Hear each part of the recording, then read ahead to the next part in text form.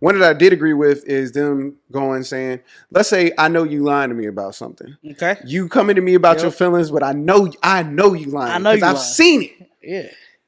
I don't have to call you out on the lie. Yep. That's I can believe you. And they put a question in there to help you rethink about it, which is what I appreciated. So the question is, them lying right now shouldn't be the focus.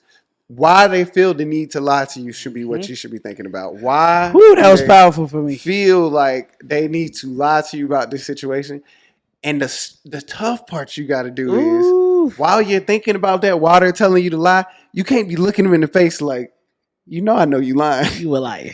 That's what I'm talking about sometimes, where it's like you may look ingenuine in what you're receiving sometimes because you're in your head like, you lying right now. Yeah, of course. You giving off the energy of course. Lying. So that's what is needed to be able to combat it. You having the space to think about it and try and get back in those situations where I think if you have that forethought of like, oh, why do they feel like they have to lie to me? But to me, those people two people could get asked that same question, and their two faces, one could be sincerity and one could be like, you dumb looking, like from the same question, you know? And even I think when you have those, I think in those moments where like you lying to me about something, I'm having two feelings. One, I'm having like, oh, I know you lying. And then it's two, it's like, why is he lying to me?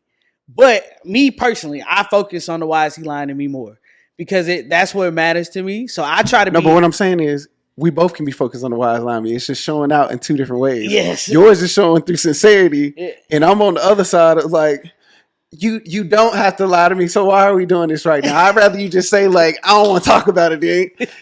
Yeah. So I think my focus is they feel like they got to lie to me, so I need to understand what I'm doing personally to get them to that place, and I immediately try to come softer. Like if somebody's lying to me in my face, I will immediately become more like receptive to everything they're saying. Like I want them to feel super safe. So even if they want to like tweak what they're saying into the truth, I can like allow them their space to kind of like just guide into the truth, right? Guide them to honesty. I got PTSD. I'm not gonna lie. I got PTSD. You can't do that? No, I am fully capable of doing that. I think where we talk about this again, we having all this discussion from just a little hour of great tips and tricks. Yeah, absolutely. I found, and this again is my probably trauma PTSD thing and that's another section in the book that we can talk about. Yeah, for sure.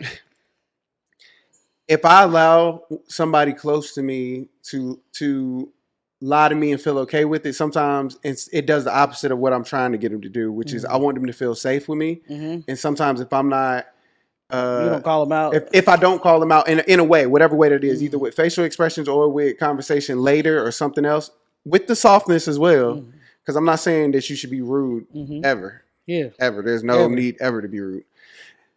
I've seen in examples in some people, even in my family or friends, that if you allow them to like do that, then they just get comfortable doing that. And then sometimes they just keep doing that and believe in the stuff they saying. I mean, you got to know personnel here for sure. That's what I'm saying. Yeah, there's personnel. Applying that to everybody does not work for me. For sure. I agree. That's not a blanket thing.